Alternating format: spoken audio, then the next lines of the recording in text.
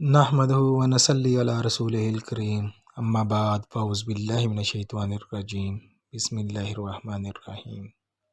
شروع اللہ کے نام سے جو بڑا مہربان نہایت رحم کرنے والا ہے۔ آج کا ٹاپک ہے کہ والدین بچوں کو بگاڑتے ہیں اور والدین کس طرح بچوں کی صحیح تربیت کر سکتے ہیں۔ والدین کو چاہیے کہ بچوں کو کس طرح سے بچوں کی تربیت کریں۔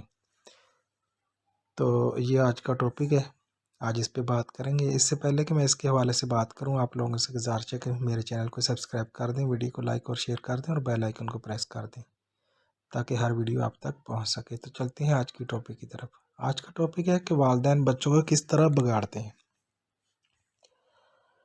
میری زندگی کا جتنا تجربہ ہے اور میں نے جتنا ایکسپیرینس ٹیچنگ میں گزارا ہے، میرے خیال میں والدین جو ہیں اپنے بچوں کو کافی حد تک بگاڑتے ہیں، جس کے بعد جو ہے ٹیچر بھی ان کی اصلاح کرنے میں ناکام رہتے ہیں۔ وہ ایسے بگاڑتے ہیں کہ بچوں کو بہت زیادہ حد سے زیادہ لاڈ پیار دینا، ان کا حد سے زیادہ پیار کرنا، ان کی غلطیوں کو بھی یہ کہہ کر کہ یہ بچے ہیں، ابھی بچے ہیں، جب بڑے ہو جائیں گے تو خود ہی سیکھ جائیں گے۔ میں یہ سوال کرنا چاہتا ہوں ان والدین سے جو ایسا کہتے ہیں کہ بچوں کی غلطیوں کی وجہ سے ان کو یہ کہنے کی بجائے کہ ان کی اصلاح کریں، ان کو بہتری کی طرف لائیں، یہ کہہ کر اس کو اگنور کر دیتے ہیں کہ کوئی بات نہیں، ابھی بچے ہیں، جب بڑے ہو جائیں گے تو خود ہی سیکھ جائیں گے۔ میں ان والدین سے گزارش کرتا ہوں کہ جب وہ بچے ہیں آپ ان کو چھوڑ دیتے ہیں، وہ غلطی کرتے ہیں، لیکن جب وہی بچے بڑے ہوتے ہیں پھر آپ ان کو کچھ کہتے ہیں تو وہ برا مان جاتے ہیں۔ وجہ کیا ہے؟ وجہ یہ ہے کہ وہ جو ان کی برائیاں تھیں، وہ جو ان کی غلطیاں تھیں، وہ جو کرتے تھے، آپ نے اس وقت اس لیے نہیں کہا کہ یہ بچے ہیں، جب بڑے ہو جائیں گے تو خود ہی سیکھ جائیں گے۔ بڑے ہو کر جب وہ بڑے ہوئے تو آپ لوگوں نے ان کو کہا کہ یہ بیٹا غلط ہے، تو ان کو برا لگا۔ کیوں؟ وہ ان کی عادت بن گئی۔ جب غلطیاں عادت بن جاتی ہیں پھر ان کو روکنا بڑا مشکل ہو جاتا ہے۔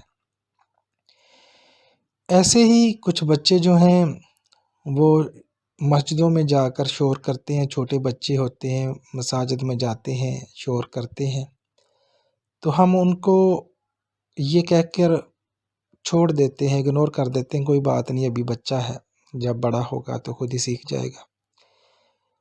میں یہ کہنا چاہتا ہوں کہ ان کو پیار کے ساتھ بٹھا سکتے ہیں، ان کو پیار کے ساتھ سمجھا سکتے ہیں، ان کو پیار کے ساتھ اس مقدس جگہ کی اہمیت کے بارے میں بتا سکتے ہیں۔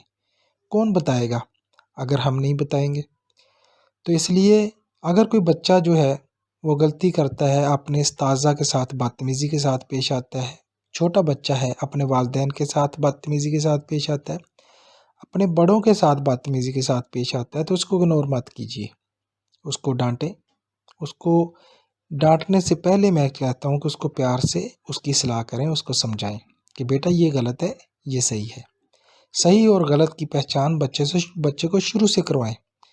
شروع سے ہی تربیت کی جاتی ہے۔ جاپان کے لوگ جو ہیں وہ شروع سے 5 سال تک جو ہے بچوں کی تربیت کرتے ہیں، اخلاق کی تربیت کرتے ہیں، اور ہم جو ہیں بچوں کو شروع میں پوچھتے ہی نہیں ہیں، کوئی بات نہیں، بڑا ہو جائے گا۔ بھائی بڑا ہو گیا تو وہ خود ہی سیکھ جائے گا، آپ بھائی اس کو سکھائیں گے تو وہ سیکھے گا نا۔ تو اس لیے انسان کے ایک مینرز ہوتے ہیں جو ایک بچے کو سکھانے چاہیے۔ میں کہتا ہوں کہ والدین ہی بگاڑتے ہیں بچوں کو اور والدین ہی سنوارتے ہیں بچوں کو۔ کچھ لوگ کہتے ہیں کہ ایسے کیسے ہو سکتا ہے، کون والدین چاہے گا کہ اپنے بچوں کو بگاڑے؟ تو میں کہتا ہوں کہ ایسے ہوتا ہے۔ دیکھیں، ایک بچے کو آپ دودھ لینے کے لیے بھیجتے ہیں یا شاپ پر کوئی چیز لینے کے لیے بھیجتے ہیں، آپ اسے بھیجتے ہیں، بچہ نہیں جاتا، آپ اسے کہتے ہیں کہ چلیں بیٹا آپ یہ 10 روپے لے لو اور آج میرا یہ کام کر دو۔ وہ دودھ لینے چلا جاتا ہے، 10 روپے آپ سے لے لیتا ہے۔ اگلے دن پھر ایسا ہوتا ہے، آپ 10 روپے دے دیتے ہیں، وہ دودھ لینے چلا جاتا ہے، یا شاپ پہ کوئی چیز لینے چلا جاتا ہے، یا اسکول جانا ہو تو آپ تب اسے 10-20 روپے دیتے ہیں تو تب وہ جاتا ہے۔ تو اس کی عادتیں جو ہیں وہ ہم خراب کرتے ہیں. تو جب آپ کے پاس جب پیسے نہیں ہوں گے تو وہ آپ کا کام نہیں کرے گا. تو لہٰذا ہم ہی اس کی عادتوں کو بگاڑتے ہیں، لہٰذا ہم ہی بچوں کو سنوارتے ہیں. بہت سے گھروں کے بچے جو ہیں اتنے بدتمیز ہوتے ہیں کہ بڑوں کو گالیاں دیتے ہیں، بڑوں کے ساتھ لاؤڈلی بات کرتے ہیں. آپ کو میں یہ بھی بتا دوں کہ والدین کے ساتھ اونچی آواز میں بات کرنا یہ بھی جو ہے صحیح نہیں ہے، بے ادبی میں آتا ہے. تو بچوں کو جو ہے شروع سے ہی اس کی تربیت کی جائے. میں کہتا ہوں کہ بچے کے ساتھ جو آپ کا سلسلہ ہے، آپ کا جو طریقہ کار ہے، وہ نہ اتنا سخت ہونا چاہیے، نہ ہی اتنا پیار کا ہونا چاہیے کہ اگر بہت زیادہ حد سے زیادہ پیار دیں گے تو بھی بچے بگڑیں گے، اگر حد سے زیادہ سختی کریں گے تو بھی بچے آپ کے قابو سے باہر نکل جائیں گے. لہٰذا آپ کو بچوں کی تربیت کرتے ہوئے ایک بہترین طریقہ اپنانا چاہیے اور اس کی اصلاح کرنی چاہیے، اور بچے کی حوصلہ افزائی بھی کرنی چاہیے. بچے کچھ کام جو ہیں وہ کرتے ہوئے، جیسے بچے پڑھتے ہیں، کچھ بچے ایسے ہوتے ہیں بہت زیادہ کمزور ہوتے ہیں اسٹڈی میں، تو اس کی حوصلہ افزائی ہونی چاہیے، اس کے ساتھ کو بھی اس کی حوصلہ افزائی کرنی چاہیے، اس کے والدین کو بھی اس کی حوصلہ افزائی کرنی چاہیے. حوصلہ افزائی جو ہوتی ہے انسان کو بہت بڑا انسان بنا دیتی ہے. تو بچوں کی رہنمائی کی جائے، بچوں کو پیار سے بتایا جائے، اچھے اور برے کا بتایا جائے. یہی بہترین طریقہ ہے اس کی تدریس کا. اس کا بہترین جو طریقہ ہے ابتدا میں جو بچے کی ایک تربیت ہوتی ہے وہ کرنے کی. تو میری دعا ہے کہ اللہ تعالیٰ والدین کو جو ہے اس پر عمل کرنے کی توفیق عطا فرمائے، اور نبی پاک صلی اللہ علیہ وسلم کی سنت پر اپنے بچوں کو جو ہے ان کی زندگی کو چلائیں. کیونکہ ایک پرماننٹ زندگی یعنی کہ پرماننٹ جو دین ہے، جو اس دنیا میں آنے کا مقصد جو انسان کا ہے وہ اللہ تعالیٰ کی وحدانیت ہے، اللہ کے نبی صلی اللہ علیہ وسلم کی سنت پر عمل کرنا ہے.